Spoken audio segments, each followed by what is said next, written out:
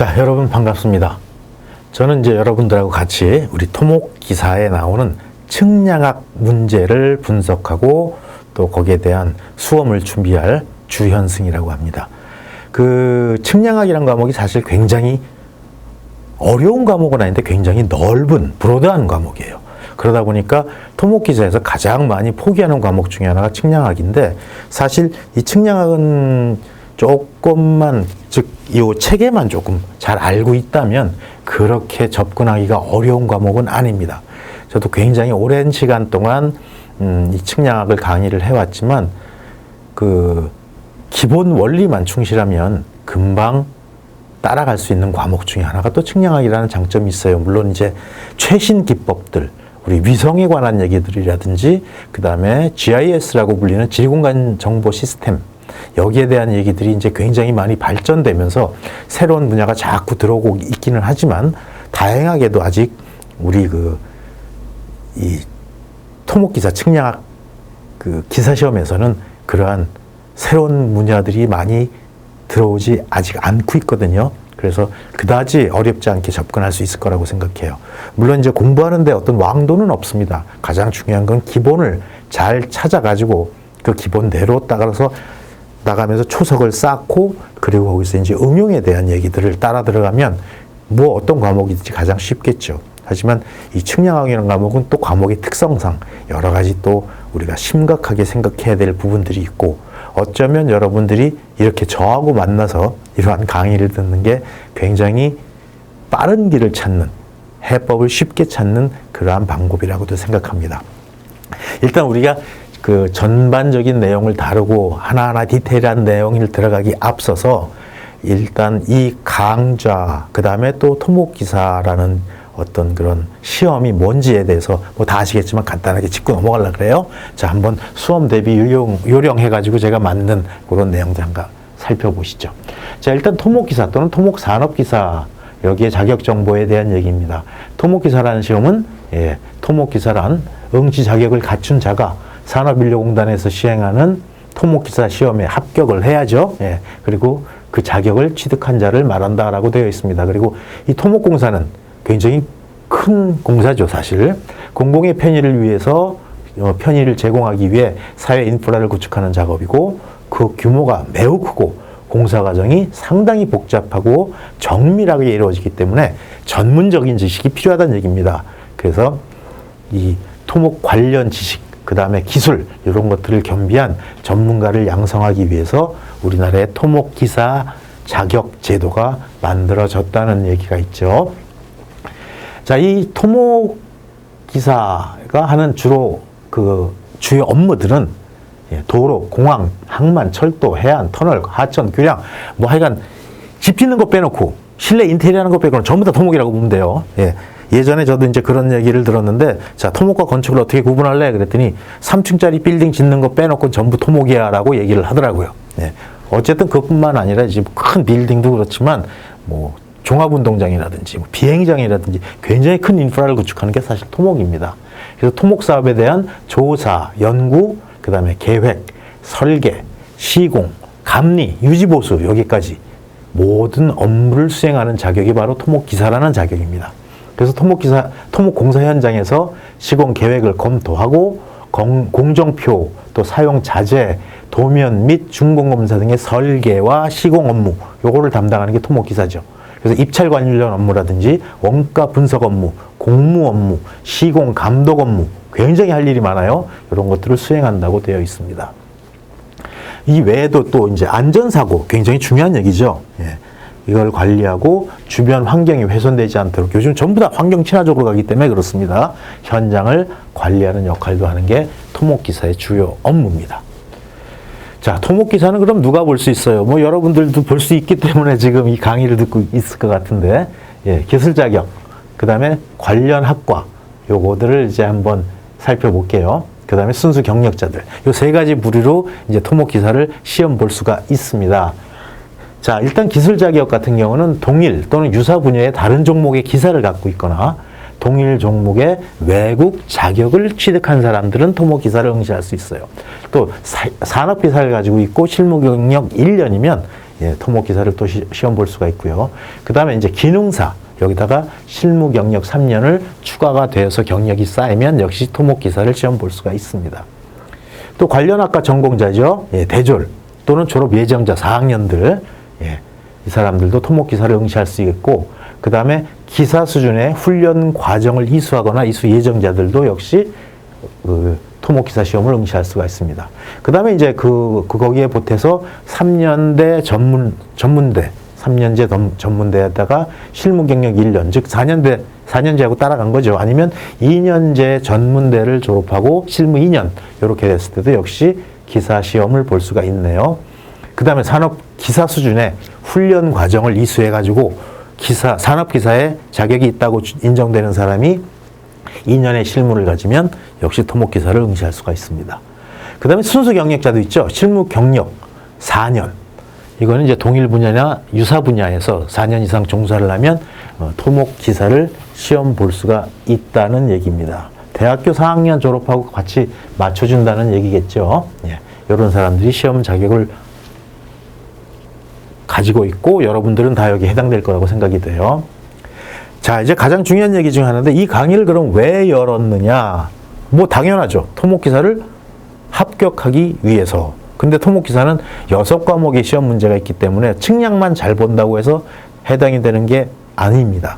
그러나 측량을 과락을 맞아버리면 다른 거 전부 100점 맞아도 토목기사에 합격을 할 수가 없어요. 예, 그게 아주 이제 기사 시험의 어떤 아주 크리티컬한 포인트인데, 그래서 이제 그러한 시험을 잘 볼 수 있게 하기 위해서 제가 강의록을 만들고 문제를 추리고 또 기출문제 5년 동안 문제를 아주 면밀하게 분석해서 세분화하고, 그리고 이제 이렇게 강의 노트를 만들어서 이거를 토대로 강의를 합니다. 일단 강의 대상은 누구예요? 뭐 토목기사, 측량학, 요거를 단기간에 끝내고 싶은 사람들. 예, 사실 측량이 아까도 얘기했지만 굉장히 넓은 브로드한 학문이라고 그랬죠. 너무 광범위해, 너무 많아요. 그러니까 여러분들이 스스로 해결하기에는 시간도 굉장히 많이 걸리고 갈피를 잡지 못할 때가 많기 때문에 제가 이렇게 이 길로 가는 게 좋다라는 길을 제시한 겁니다. 그래서 단기간에 이 측량학 과목을 마스터해가지고 고득점, 이쪽 과목입니다. 이거 잘 듣는다고 콘크리트 공학 점수 잘 나오는 거 아니에요. 예, 정확히 하셔야 돼요. 이거는 저는 측량만 담당하고 있습니다. 그래서 이 측량학 과목, 토목기사에 나오는 측량학 과목을 단기간에 고득점으로, 여기서 고득점이라 하면 하나나 2개 틀리는 정도를 얘기합니다. 예, 물론 100점도 나올 수가 있겠지만 90점 이상의 목표를 가지고 저는 이 강의를 만들었어요. 그 다음에 대학 교육에서, 사실 요즘 대학 교육의 측량학 아주 심각해요. 여러분들은 느끼시는지 모르겠지만, 예, 측량학 전임 교수가 없는 학교가 무지무지 많아요. 예, 고려대 없죠. 한양대 없죠. 경희대 없죠. 아주대 없죠. 참 심각한 문제입니다. 건설에서 가장 중요한 게 측량이거든요. 길을 알아야, 어디 위치를 잡아야 길을 만들든지 터널을 만들든지 할 텐데 참 측량을 이상하게 보는 것 같아요. 외국에서도 안 그러거든요. 미국 같은 경우는 이제 측량공학과가 따로 있어요. 서베잉 엔지니어링이라고. 근데 우리는 이상하게 측량하면 3D로 생각하는 그런 경향이 있는데 좀 잘못된 것 같아요. 어쨌든 간에 이 대학 교육에서 충분히 측량 교육을 못 받아요. 대부분 다. 그래서 측량이 어떤 부분은 배우고 어떤 거 완전히 빵꾸나고 이런 거, 이거를 이제 레벨을 맞추기 위해서, 아니면 배웠던 부분을 확 명확하게 리뷰하기 위해서, 아니면 전혀 다루지 못했던 위성이라든지 아니면 우리 GIS 같은 파트에 신학문도 접하는 그러한 사람들을 위해서도 이 강좌가 아마 굉장히 도움이 될 거라고 생각이 됩니다. 그 다음에 측량 및 지형공간 정보 기사시험. 이건 또 토목기사하고 별개죠. 예, 측량이 관련된 이러한 기사가 몇 개가 있어요. 그 중에 하나가 가장 대표적인 게 이제 토목기사고, 그 다음에 아주 이 측량만 시험 보는 과목이 측량 및 지형공간 정보 기사입니다. 그 다음에 지적공사에서 측량이 굉장히 중요하게 들어가죠. 지적공사가 아니라 지적기사에서도. 그 다음에 조경기사에서도 측량 문제가 나옵니다.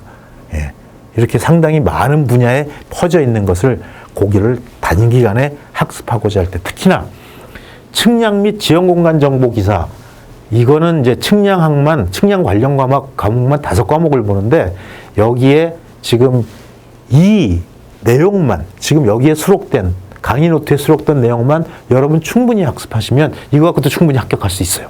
네, 그거 제 자신합니다. 어쨌든 간 이러한 기초들, 요거를 단기간에 확보하고 싶어 하는 그러한 그 수험생들을 대상으로 하고 있고요. 그 다음에 이제 현장에서 여러분 이제 실무 배치되면 우리 도로공사나 이런 데 현장에 배치되더라도 바로 레벨 측량부터 해야 되거든요. 예, 여기서 써먹을 수 있을 만큼 사용할 수 있을 정도 그러한 엔지니어가 되고자 하는 그런 사람들을 위해서도 이 강좌는 굉장히 도움이 될 거라고 생각이 돼요. 자, 일단 이 강의 목표는 뭐예요? 목표가 뭐겠어? 수험 강의의 목표는 합격이에요. 그렇죠? 예, 예, 최단 기간에 토목기사 측량학을 마스터하는 게 목표입니다. 그 다음에 이제 대학에서 수강하지 못했던 기본 측량학 또는 최신 위성이라든지 GIS나 드론 사진 측량 같은 그러한 측량학들 요거를 학습할 수 있도록 그 기술을 습득하는 것도 바로 이 강좌의 목적이에요. 그 다음에 이제 측량 및 지형 공간 정보 기사 시험에 완전히 기본을 다지고 그 다음에 어느 정도만 더 추가해가지고 고득점을 얻을 수 있도록 유도하는 것도 바로 이 강좌의 목적입니다. 또 빠른 시간에 전반적인 측량의 흐름을 파악할 때도 굉장히 좋을 거예요. 몇 시간 투자해가지고 측량에 대한 전 분야를 어느 정도 딱 잡을 수 있다면 그때부터는 여러분들이 뭐든 읽든가 배우든가 하면 바로 그 위에 초속 위로 쌓여 올라갑니다. 기반이 단단해지면. 예. 그러한 목표를 가지고 이 강의를 개설하게 됐습니다. 그 다음에 이제 향후에 더 앞선 얘기죠. 측량 및 지형 공간 정보 기술사. 예, 기술사. 아니면 행정고시 기술직. 예, 이 시험을 준비하는 그 수험생들한테도 굉장히 초석을 다지는데 좋은 그러한 강의가 될 거라고 저는 확신을 해요. 자, 요게 이제 작년까지의 통계예요. 금년 통계는 아직 안 나와서 못했지만 작년 통계까지 보면 이제 일단 이 1차 시험에 응시를 해가지고 그 보통 11,000명이 좀 안 되는 10,000명이 넘는 인원이 응시를 하죠. 그 다음에 2,000명이 넘는 인원이 약 3,000명 정도가 합격을 해요. 그러니까 기사시험에서 필기시험 같은 경우는 약 한 3분의 1 정도가 합격한다고 보면 되겠네요. 그렇죠? 네. 그러니까 별로 어렵지 않은 시험이라는 얘기입니다. 그 다음에 이제 말이 나온 김에 얘기인데 여러분 이 기사시험은 기술사 시험 보는 거하고 완전히 틀려요. 여러분 중에 그 기사 시험 수험서 사가지고 앞에 머릿말부터 줄쳐가면서 읽고 앞에 목차부터 읽고 기사 시험은 그렇게 공부하는 게 아니에요. 기술사 시험이라면 그렇게 해야 되겠지만 왜냐하면 그건 문맥을 만들어 나가는 시험이기 때문에 하지만 기사 시험은요 기출문제만 확고하게 갖고 있으면 굉장히 쉽습니다. 접근하기가. 왜? 문제은행식이기 때문에 5년 안에 돌아다니는 거 계속 돌아다녀요. 물론 이제 시간이 지나면서 새로운 경향이 나왔을 때 그런 것들은 이제 트렌드가 추가가 되겠죠. 네, 그거는 그 이후의 문제고 일단 지금 시점에서 5년 동안의 문제만 즉 기출 문제만 정확히 분석하고 있어도 여러분 공부는 다른 사람보다 훨씬 앞에 출발선에 서 있는 거라고 보시면 됩니다. 일단 토목기사를 갖고 있으면 이제 뭐 어떤 직장에서 우대 조건이나 가산점들이 있어요. 예. 어떤 우대 조건이 있습니까? 토목 관련 업체 기술 인력 채용할 때 자격증 소지자가 우대 받죠. 그래서 우리가 기사 자격증을 따려고 하는 거예요. 예. 또 국가기술자격법에 의해서 공공기관이라든지 일반 기업 채용할 때 보수, 승진, 전보, 신분보장 이런 데 있어서 역시 기사 자격증이 있으면 우대를 받습니다. 또 가산점이 있죠. 6급 이하의 기술직 공무원 채용 시험에 가산 점수가 들어가요. 그래서 해양 수산 직렬의 해양 교통 시설 직류, 또 시설 직렬의 도시계획, 일반 토목, 농업 토목, 교통 시설, 도시 통계, 도시 교통 설계 여기서도 8급, 9급 기능직, 또 기능 8급 이하, 6, 7급 뭐 다 읽어야 돼 이거? 예, 기능직 7급. 어쨌든 간에 5% 정도의 가산점을 받을 수가 있다는 얘기입니다. 그러니까 있는 게 좋다는 얘기죠. 예. 그래서 이제 뭐, 요런 규제사항도 특별 조항도 있긴 하지만 어쨌든 갖고 있으면 좋다는 얘기예요. 그러니까 여러분들이 자격증을 따려고 하는 거고. 또 대한지적공사 같은 경우도 그래요. 이제 LX공사로 이름이 바뀌었죠. 예. 기술직 7급 채용할 때 토목기사는 필기시험의 만점에 2%를 가산해 줍니다. 자, 과목. 이제 이게 좀 만만치 않은 얘기들이 나옵니다. 우리가 필기시험 검정 기준은 객관식 사지택일형이에요. 즉 1, 2, 3, 4 4개가 지문이 주어지고 그 중에 하나를 골라라. 즉 찍어라 라는 얘기입니다. 그래서 어떤 경우에는 여러분 5년 동안의 기출문제들을 쫙 훑어보면 답도 외우는 게 있어요. 진짜로. 답도 똑같이 나와.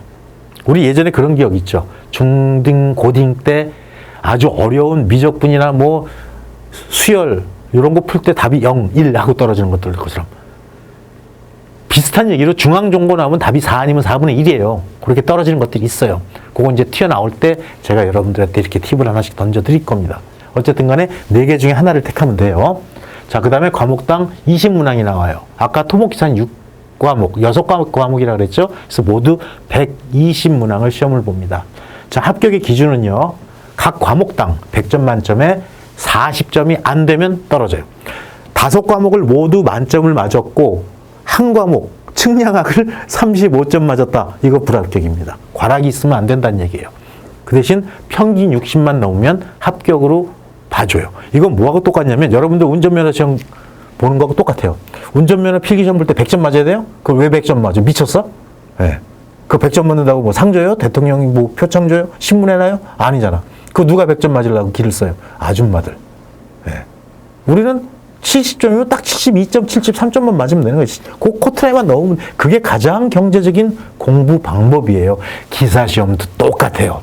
그 절대 6과목 전부 다 100점 맞을 생각을 하지 말란 얘기입니다. 이유가 없어요.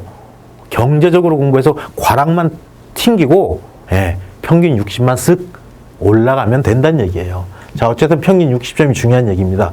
아주 더 중요한 거는 아무리 시험을 망쳐도 평균 한 과목의 과락이 즉 40점이 안 되는 과목이 나오면 안 된다는 얘기예요. 자, 시험 과목은 이렇게 많습니다. 응용역학, 측량학, 그 다음에 수리수문, 철근 콘크리트 간구조, 그 다음에 토질 기초, 그 다음에 상하수도공학 이렇게 6개 과목이 있어요. 만만한 과목이 별로 없죠. 근데 문제는 이러한 6과목 중에 여러분들 중에 가장 많은 사람들이 포기하는 것이 측량학 때문에 토목기사를 힘들다, 어렵다라고 얘기를 한다고 하니까 저는 참 안타깝죠. 측량학이 그렇게 어려운 과목이 아니거든요. 자, 이렇게 한번 제가 점수를 매겼어요. 아까 내가 평균 60점 넘으면 된다 그랬죠. 자, 응용역학 공부 안 했어. 근데 과락 나오면 안 되죠? 45점만 맞아봅시다. 자, 측량학. 우리 이건 만점 맞아야 돼. 나랑 공부하면, 그쵸? 그래도 만점이라는 건 너무, 사람이 너무 완벽하면 이제 재수가 없어요. 살짝 핀트가 나간 것처럼 아주 약간. 그래야 또 그게 매력이에요. 그래서 우리 한 문제만 틀렸다고 얘기를 할게요. 95점. 그 다음에 수리수문학. 요건 공부 좀 했어. 한 85점 정도 맞아줬다. 그 다음에 뭐, 철근 콘크리트 안 했어. 토질 기초 안 했어. 그 다음에 상하수도 안 했어. 다 안 했어요. 공부 안 했어요. 뭐예요, 이 얘기는? 똘똘한 놈 두 놈만 잡겠다는 얘기예요. 아니면 95, 85 맞든지 90, 90 맞든지. 그 다음에 어쨌든 40점이 되면, 40점이 안 되면 과락이잖아. 그 40점은 넘겨야 돼, 찍어도. 어떤 수단과 방법을 동원해서라도 넘겨야 돼요. 자, 이거 다 평균하면 얼마 나올 것 같아요? 요거 평균하면 60점 빵 딱 떨어져요. 네. 공부는 이렇게 해야 돼요. 기사시험은. 한 2과목만 조지는 거예요. 나머지는 기출문제 쫙 풀어보고서 그냥 거기로 끝내버려. 그러면 40점은 넘어가거든. 그 다음에 2과목은 거의 만점 맞겠다는 생각으로 덤벼들어야 된다는 얘기입니다. 그럼 합격하는 거죠. 공부는 이렇게 하세요. 전 과목 다 만점 맞을 이유가 없습니다. 예. 그리고 45점 정도 맞는 과목들은 기출문제만 눈으로 쫙 읽어봐도 5년치만 읽어봐도 웬만큼 곤란해요. 자, 그럼 시험 준비는 어떻게 해야 될까요? 예, 일단 이 토목기사는 오랜 시간 끌고 갈 이유가 전혀 없습니다. 치고 빠져야 돼요. 한 달에서 2달. 예, 단기간에 끝내. 그러려면 인내가 필요하겠죠. 목표를 설정하고. 우리 연초에 몇 번, 보통 이제 토목기사는 3번 정도 나오죠. 1차, 2차, 4차 나오는 경우가 있어요. 2018년에인가만 한번 1차, 2차, 3차로 떨어진 적이 있었고, 예, 어쨌든 간에 그런 차수가 발표돼서 그 스케줄을 알고 있기 때문에 자, 난 요때 시험 보겠다고 마음을 먹고 그때부터 달려들면 됩니다. 그래서 목표를 설정하고 그 시간만큼 끈기를 갖고 붙으세요. 자, 그 다음에 이제 전략 과목을 택해야 되죠. 예. 전략 과목은 나랑 공부하는 사람들은 분명히 측량학을 택할 거예요. 그 다음에 하나 정도 더 해가지고 90점 비스무리하게만 맞아두면 합격은 훨씬 쉬워진다는 얘기예요. 그래서 좋아하고 자신 있는 과목을 두 개를 딱 잡고 그 다음에 두 과목을 선택해가지고 조진다. 예. 자, 그 다음에 이제 최근 5년도 이게 굉장히 중요한 트렌드입니다. 예, 어떤 문제들이 나왔는지 분석하는 거. 여러분들은 분석할 필요 없어요. 왜? 내가 다 분석했어. 그냥 여러분들은 던져드리면 받아 먹기만 하면 됩니다. 그래서 기출문제를 제가 다 분석을 끝냈기 때문에 요거 가지고 여러분들은 요것들만 쭉 정리를 하시면 돼요. 그래서 관련된 문제를 집중으로 분석을 하고요. 난이도 분석도 하고 빈도 분석할 필요가 있는데 여러분들은 이거 하나도 안 해도 돼요. 측량학만큼은. 왜? 내가 이미 다 해놨기 때문에. 자, 그리고 나서 이제 계산기. 이거 굉장히 중요한 얘기입니다. 여러분, 계산기 사용을 따로 제가 여기서 강의를 못해요. 예, 계산기를 할 그런 뭐 것도 아니지만 어쨌든 간에 계산기에서 우리 키보드도 마찬가지죠. 많은 타수를 갖고 가면 오타가 나올 수밖에 없어요. 계산기도 자꾸 누르다 보면 오타가 나오거든요. 버튼 누르는 걸 최소화시켜야 돼요. 그러려면 뭘 써야 돼? 여러분 계산기 아무리 싸구려 12,000원, 13,000원짜리라도 전부 다 저장 기능 있죠. 예. 저장해서 불러내는 기능들이 있어요. 내가 이거 계산한 다음에 A에다 저장하고 그 다음에 요거 계산한 다음에 B 저장하고 A 나누기 B에서 식값 유도하고 이렇게 하면 계산기를 많이 누르는 그런 시간이 없어질 수 있죠. 줄어들 수 있죠. 그러면 계산 실수도 막을 수가 있다는 얘기예요. 계산기는 우리한테 굉장히 중요한 도구입니다. 여러분들 특히 공대생들은 계산기를 내 몸과 같이 아껴야 돼요. 또 내 칼과 같이 쓸 줄 알아야 되고요. 그래서 키워드 암기를 하고요. 그 다음에 공식들 필요한 거는 외워야겠죠. 저도 이제 어떤 공식들은 외워라, 어떤 공식들은 외우지 말라라는 얘기를 해요. 근데 대부분 외워라라는 얘기가 나가요. 왜? 그걸 다 유도해가지고 문제 풀이까지, 유도 과정까지 우리가 알고 있을 이유가 별로 없기 때문에. 더더군다나 이건 측량을 전공으로 시험 보는 게 아니라 토목기사의 6분의 1 과목에 불과하거든요. 네, 그러니까 필요한 것들은 암기해서 넘어가는 게 좋아요. 그 다음에 제일 중요한 건 키워드예요. 어떤 말이 중심이 되는지. 이 키워드는 다른 말로 하면 또 정의, 동의어, 반의어. 반의어는 우리 거의 쓸 일이 없어요. 동의어들. 예를 들어 볼까요? 자, 레벨 측량, 수준 측량, 고조 측량 어떤 게 정확해요? 뭐가 어떤 게 정확해요? 이게 다 같은 말인데, 예, 트래버스 측량, 다각 측량, 도군 측량 어떤 게 더 정확해요? 뭘 어떻게 미치는 거예요? 다 이런 용어들이 다 똑같은 용어예요. 근데 이게 뭔 뜻인지 모르면 헤매는 거지. 그래서 이러한 키워드, 용어들 반드시 기억해야 됩니다. 자, 그 다음에 반복 학습을 해야 되고 계산도 여러 번 해봐야 돼요. 이렇게 해서 우리가 수험 준비를 하면 아마 굉장히 합격하는데 편하게 갈 수 있을 겁니다. 자, 그래서 이렇게 전부 다 정리를 해가지고 합격하는 그날까지 우리는 열심히 정진을 해야겠죠. 자, 측량학 관련 시험 과목 굉장히 많아요. 예. 그래서 측량이 어려운 거예요. 그러니까 측량 자체가 어렵다기보다는 너무 많은 과목이 있기 때문에. 어떤 과목이 있나 빈칸이 벌써 몇 개야. 와, 미치겠다. 예, 총론. 예, 이거 5년 동안 정확히 하면 5년하고 2번 출제될 동안 15문제 나왔어요. 측지학 여기서 15문제 나왔습니다. 그 다음에 관측값 해석론 5차원이라고 얘기하죠. 42문제 나왔어요. 이런 챕터들이 있어요. 요건 조져야 되는 거예요. 전략 과목으로. 그러니까 측량학 과목 중에 관측값 해석률이라는 과목은 또 전략 과목으로 가져가야 된다는 얘기예요. 자, 그 다음에 관측 요소. 우리가 측량할 때는 크게 세 가지를 잽니다. 각을 재고, 거리를 재고, 시간을 재요. 근데 일반적인 측량에서는 각과 거리만 하죠. 시간을 따질 때는 실시간 측량일 때만 시간을 따져요. 그렇기 때문에 각과 거리. 여기에 대한 얘기들. 여기도 9문제나 나왔어요. 자, 그 다음에 이제 기본 측량이라고 우리가 얘기하는 파트가 있죠. 예, 2차원 측량 따로 하고 1차원 측량 따로 해가지고 2차원 측량했던 삼각, 삼변 측량, 다각 측량 이런 게 있고 1차원 측량했던 수준 측량 이런 게 있어요.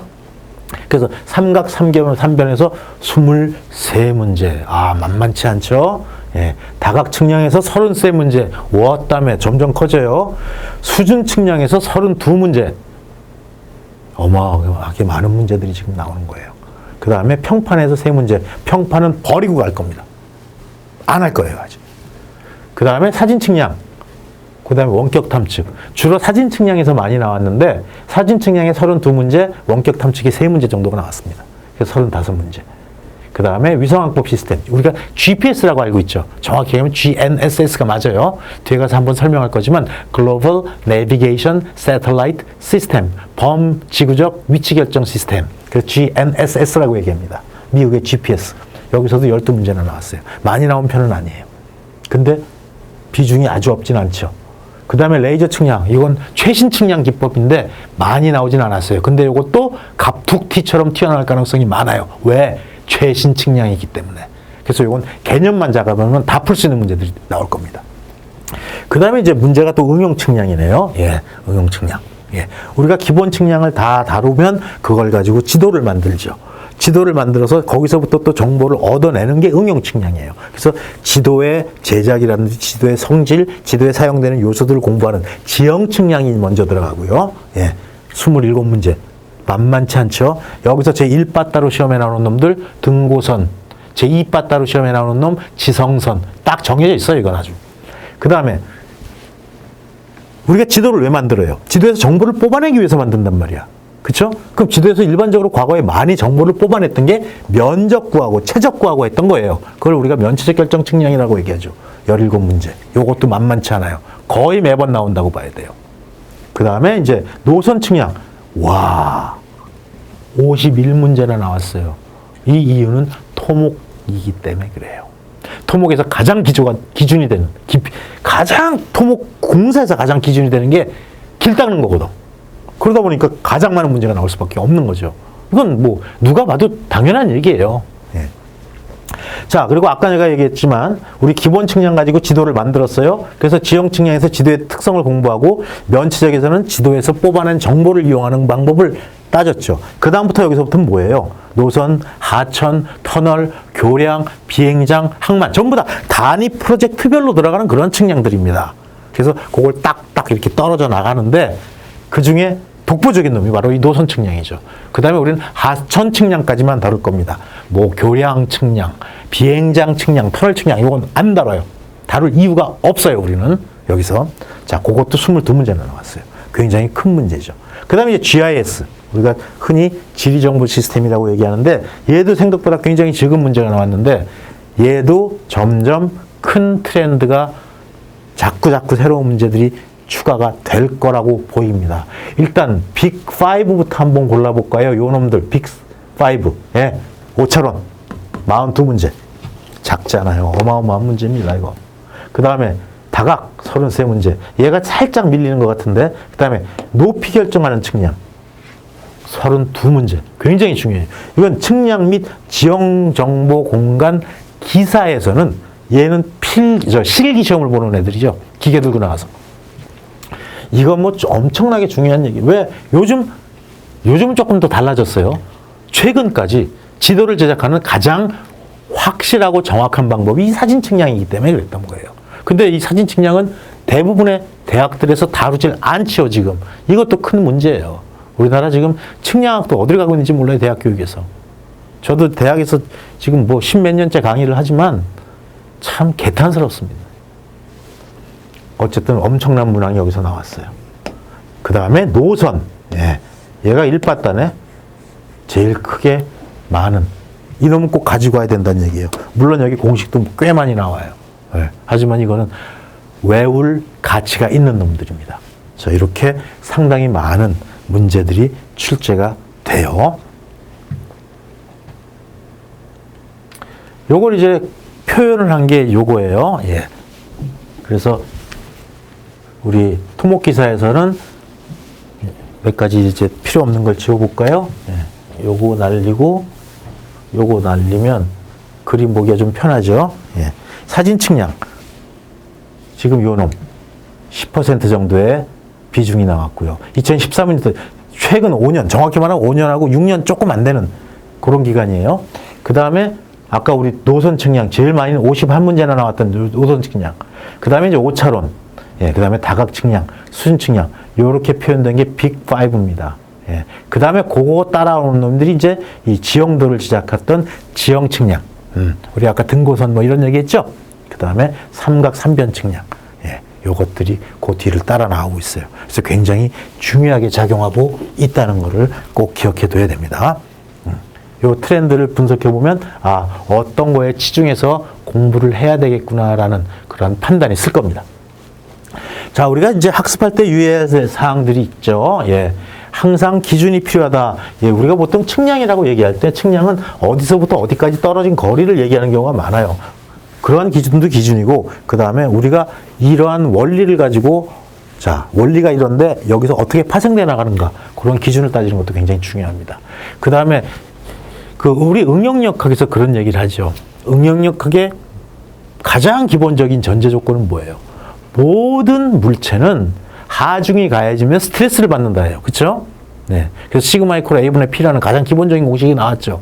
우리 측량에서는 뭐라 그러는지 아세요? 모든 관측엔 뭐가 끼어 들어간다? 오차가 끼어 들어간다. 즉 참값이 알 수 없다라는 얘기예요. 오차가 끼어 들어가기 때문에. 그러면 측량을 했는데 참값이 안 나와. 참값은 알 수 없어. 누가 그분만이 알고 계셔. 그분만이 하늘에서. 근데 우리한테 안 가르쳐 주잖아. 네. 그럼 어떻게? 참값을 구하지 못하니까 측량 안 해. 안 되죠. 우리는 측량의 참값에 가장 가까운 값을 구해내야 돼요. 그걸 우리가 뭐라 그래요? 우리 측량에서는 이러한 말을 씁니다. 최확값. 그래서 most probable value라는 말을 쓰죠. 그래서 얘를 참값 대신에 사용을 해요. 이걸 우리가 최악값이라고 얘기해요. 그래서 참값은 알 수가 없고 모든 관측에 오차가 포함된다는 거 꼭 기억해야 되고요. 그 다음에 오차가 포함되기 때문에 어느 정도 오차야? 아, 그럼 써도 돼. 그거 오차야? 넌 못 써. 이거를 결정해 줘야 돼요. 그래서 허용 오차, allowance라고 얘기하는데 굉장히 중요한 기본 용어예요. 허용 오차. 허용 오차 정의 한번 나왔으니까 정의하고 갈게요. 포함해도 되는 최대 오차. 이걸 우리가 허용 오차라고 얘기해요. 자, 내가 1kg를 관측했어. 근데 허용 오차가 20cm야. 자, 내가 관측을 해서 오차를 따졌더니 19.9cm가 나왔어요. 이거 써도 돼요? 안 돼요? 돼요. 왜? 20cm가 안 됐기 때문에. 근데 20.1cm가 나왔어. 이건 무조건 버려야 돼요. 이건 허용 오차 범위 내에 없기 때문에. 이러한 용어들 꼭 같이 기억해야 돼요. 그래서 허용 오차하고 오차값 비교하는 거. 그래서 항상 우리 이제 정확도 뭐 이제 이런 얘기가 나올 겁니다. 그래서 범위 내에 있으면 그냥 쓰는 게 아니에요. 조정해서 써야 돼. 그냥 못 써. 네. 범위를 벗어났어? 그럼 못 써, 이건. 재측을 해야 된다는 얘기예요. 재측, 다시 측량한다는 얘기입니다. 자, 그 다음에 또 답안할 때 주의할 사항. 지문에서 항상 대표성 있는, 아까 키워드 얘기를 했죠? 예, 용어에 대한 얘기를 했어요. 이 대표성 있는 키워드를 꼭 찾아내야 돼요. 이제 문제를 풀다 보면 요거 하고 내가 찝는 게 있을 거예요. 그 다음에 단위. 이 유니트에 굉장히 주의해야 됩니다. 기껏 계산 잘해놓고, 예, 단위 틀려가지고 엄한 값을 고르는 경우가 있어요. 이게 주관식이라면 그래도 어느 정도 점수를 주지만, 객관식에서 예를 들어 1, 10, 100, 1000 중에 골라라 그러는데 단위를 미터를 센치로 바버렸어. 그럼 이제 100이 곱해진 값이 들어가 버린다고요. 그 잘못된 값을 선택할 수 있어요. 그래서 항상 킬로미터, 미터, 요거. 그 다음에 실제 거리. 그 다음에 도상 거리. 또는 사진상 거리. 이건 사진 측량에 나온 용어입니다. 이런 것들 단위에 꼭 주의해야 된다는 얘기고. 그 다음에 정답을 고르기 어려운 문제. 이럴 때는 우리 그거 있죠. 처음에 딱 찍어놨어. 근데 긴가민가해. 그래서 마지막에 불안해서 고쳐. 그럼 꼭 틀리죠. 예. 아리까리하면 확신이 없을 땐 아예 처음에 찍은 걸 그냥 밀고 나가라는 얘기입니다. 그 다음에 복잡한 숫자. 그 다음에 지문이 길 때. 이거는 답이 아닌 경우가 많다. 왜? 사람이 거짓말을 하려면 말이 많아져요. 지문도 똑같아요. 그러니까 이런 맥락에서 접근하면 여러분 조금 오류를 줄일 수가 있다는 얘기입니다. 물론 문장이 길다고 다 답이 아닌 건 아니에요. 네. 하지만 이런 것도 꼭 주의해야 돼요. 그 다음에 이제 제일 많이 우리 헷갈리는 거. 시험 문제. 이게 우리가 사지선다기 때문에 이래요. 꼭 여러분들 시험 문제 풀다가 뭐뭇이 아닌 것은 하고 나올 때 꼭 밑줄 그어요. 습관적으로. 그 다음 뭐뭐 중 틀린 것은 이런 것들 꼭 반드시 밑줄을 그어 놔가지고 실수를 방지해야 됩니다. 이런 것만 줄여도 점수가 꽤 쏠쏠이 올라갑니다. 자, 이렇게 전반적인 얘기를 했고요. 교재는 이런 교재를 쓸 거예요. 물론 여러분들이 보고 계시는 강의 노트, 즉 우리가 여기서 나오는 것도 있지만 일단 주 교재는 공간정보 핸드북이라는 책으로 할 겁니다. 그래서 이건 2018년, 작년에 나왔죠. 한국학술정보에서 발간된 책이고요. 그래서 이렇게 두 권이 형제예요. 쌍둥이에요. 그래서 하나는 이제 공간정보 핸드북 기본정보 기술, 그래서 종래 측량에 대한 얘기들. 그 다음에 또 하나는 공간정보 핸드북 최신 정보 기술 해가지고 뭐 사진 측량이라든지 인공위성이라든지 GIS라든지 레이저 측량이라든지 새로운 기법들, 드론 사진 측량도 여기 포함되어 있고요. 거기에 대한 내용들을 담고 있는 그러한 교재예요. 이게 아마 주교재가 될 거예요. 이걸 발췌해서 내가 여러분들한테 강의 노트를 만들어 드린 거고요. 자, 그 다음에 이제 우리가 수업을 하면서 이제 이렇게 진행이 될 겁니다. 자, 이렇게 이제 제가 화면을 띄우고 뭐 이제 문제를 풀어 나가겠죠. 그럼 여기 제일 중요한 건 여기 타이틀이 먼저 들어가요. 예, 1장부터 12장까지 예, 각각 이렇게 장을 갖고 들어가는데 요 5장만 A, B가 있어요. 그 다음에 또 11장은 A, B, C, D가 있어요. 그래서 5장은 그 다각 측량이라고 여기 지금 있지만 우리 측량에는 종래 측량은 두 가지로 나눌 수가 있어요. 하나는 2차원 측량. 그 다음에 다른 하나는 1차원 측량이에요. 그럼 2차원 측량에 몇 차원 좌표를 얻어내? 당연히 2차원 좌표를 얻어내겠지. 그럼 어떤 순서상이 나와요? 이렇게 나와요. XY라는 좌표계. 주로 우리가 이렇게 쓰는 좌표계에서 표현되는 거예요. 그리고 특수하게 우리는 여기서 이제 다각 측량에 갔을 때는 여기를 꼭 Y축이라고 놓고 여기를 X축이라고 놓는 거 뒤에서 한번 강조를 하겠지만 아니면 또 경도와 위도로 표현합니다. 예, 람다와 피. 그래서 2차원 값이에요. 1차원 측량은 몇 차원 값을 가져요? 1차원 값을 가져요. 높이 값을 갖는 거예요. 그래서 X, Y라고 갔다면 뭐 Z로 가거나 아니면 람다 B로 갔다면 높이, 하이트로 가든가 이렇게 가요. 그래서 이거와 이거 합쳐져야 뭐가 돼요? 3차원이 되는 거잖아요. 왜 이런 짓을 했어요? 예전에는 3차원 측량을 동시에 할 수 없었어요. 그래서 2차원 측량 따로 하고 1차원 측량 따로 했단 말이에요. 그래서 2차원 측량에 대한 원점, 즉 경위도 원점이 따로 있던 거고 1차원 측량에 대한 원점, 즉 수준 원점이 따로 있었어요. 그래서 따로 모은 다음에 모아서 지도를 만들 때 3차원 값으로 환산해가지고 지도를 만들어요. 지도는 2차원, 도형이죠. 지면에 표현된 거죠. 하지만 걔는 몇 차원 정보를 담고 있어요? 3차원 정보를 담고 있어요. 왜? 등고선으로 높이값까지 포함되기 때문에. 하지만 현재 사진 측량 같은 최신 측량, 사진 측량뿐만 아니라 뭐 3차원 측량 하는 거고 한번 여기서 찍어볼까요? 사진 측량. 그 다음에 GNSS, 위성항법 시스템. 그쵸? 그 다음에 레이저 측량, 라이다.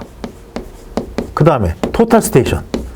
이러한 장비들 가지고 3차원 값을 바로 뽑아낸단 말이에요. 이렇게 2차원 따로 1차원 따로 뽑는 게 아니라 3차원 값을 뽑아낸다는 얘기죠. 예. 그래서 현재는 3차원 바로 위치를 얻어내는 게 가능해졌어요. 그렇기 때문에 지금 여기 2차원에 해당되는 게 여기 챕터 5예요. 5장. 그래서 OA, OB 이렇게 나눈 겁니다. 그 다음에 이제 얘는 1차원이기 때문에 6장으로 따로 넘어갔고요. 그 다음에 이제 11장이 하나가 더 이런데 11장. 얘는 이제 전부 응용 측량에 대한 얘기거든요. 예, 응용 측량. 그래서 11A, 11B, 11C, 11D 이렇게 나가가지고 얘는 지형 측량. 얘는 면체적 측량. 그 다음에 얘는 노선 측량. 아까 시험에 무지하게 많이 51문제나 나왔던 거. 얘는 하천 측량. 이렇게 같은 응용 측량이니까 이렇게 11장으로 묶어놓은 거예요. 그 챕터만 헷갈리지 않으면 돼요. 자, 그래서 여기 이제 왼쪽 상단에 여러분 강의 노트의 왼쪽 상단에는 챕터가 표현되어 있고요. 장이 그 다음에 여기 오른쪽 지금 희미하게 바뀌었는데 예, 요놈 여기 지금 방위각 계산이라고 표현된 거 있죠. 요거는 소제목이에요. 소제목. 그 다음에 요거 핸드북 1에 195 이건 아까 바로 앞 슬라이드에 설명했던 핸드북 1권 여기 기본 정보 기술이 있고 최신 정보 기술이 있었죠. 거기 1권에 195페이지에 보면 이 내용이 있다라는 얘기입니다. 그 다음에 여기가 이제 본문 내용이죠. 본문 내용. 그래서 이렇게 강의 노트가 구성되니까 이것도 한번 생각하고 저하고 같이 공부를 해보면 굉장히 많이 도움이 될 거라고 생각합니다. 자, 어쨌든 이렇게 해가지고 제가 이 수험은 어떻게 준비하는 게 좋고 과목은 어떻게 했고 어떤 트렌드로 문제가 나왔다고 설명을 들었어요. 자, 그럼 이러한 그 내용을 기본으로 해서 저하고 이제 들어갈 텐데 이 강의의 특성을 하나 더 말씀을 드리자면 따로 이론 시간을 갖고 있지 않습니다. 각 문제마다 문제가 나타날 때마다 거기에 대한 이론을 같이 걸고 넘어갈 거예요. 그러니까 여러분들 아무 지식이 없어도 강의 노트만, 빈 강의 노트만 바로 있어도 이 강의를 들으면서 거기 채워나가시면 그게 나중에 이론에 대한 내용과 계산 문제의 풀이해까지 다 정리가 되는, 그렇게 만들어지는 아주 기가 막힌 수험서가 될 거예요. 그건 나머지 부분은 나하고 학습을 하면서 여러분들이 채워나가셔야 돼요. 그러면 아마 여러분 측량학은 다른 여타 토목기사 과목보다 훨씬 더 쉽고 편리하고, 편리는 아니다, 그치? 편리도 맞죠? 편리한 방법을 학습을 하니까. 예, 그 다음에 생각했던 것보다 훨씬 더 고득점을 얻을 수가 있을 거예요. 이 강좌의 목표가 뭐라 그랬어요? 고득점 확보입니다. 예. 우리 평균 60 평타하려고 이 강의 듣는 거 아니에요. 이 강의를 들었으면 고득점을 맞아야 돼요. 또 제가 엄격하게, 엄밀하게 분석해서 문제들을 내놔드렸는데, 그걸 풀이의 과정을 다 따라가시면 그 기술이, 실력이 붙을 겁니다. 그리고 이 총 문제 수가 180문제가 살짝 넘어요. 184문제인데 사실은 뭐 이렇게 많어 하지만 그 중에 한 40%는요 엮이는 유사 문제예요. 그러니까 기본 이론을 갖고 이렇게 변형된 거, 이렇게 변형된 걸 제가 좀 더 다양한 문제를 해설하기 위해서 만들어 놓은 거지, 기본으로 줄이면 한 전체의 60% 정도뿐이 안 돼요. 그래서 아마 100문제 살짝 넘는 그 정도 문제만 다룰 줄 안다면 우리 토목기사 측량학은 껌입니다. 예. 그렇게 믿으시고, 또 처음부터 저거 장사꾼 같은데 약장사 아니야? 이렇게 의심의 눈초리로 지금 보고 계시는 분 계신데, 저를 보고서 강의에 회의를 갖기 시작하면 절대 실력 안 붙습니다. 예.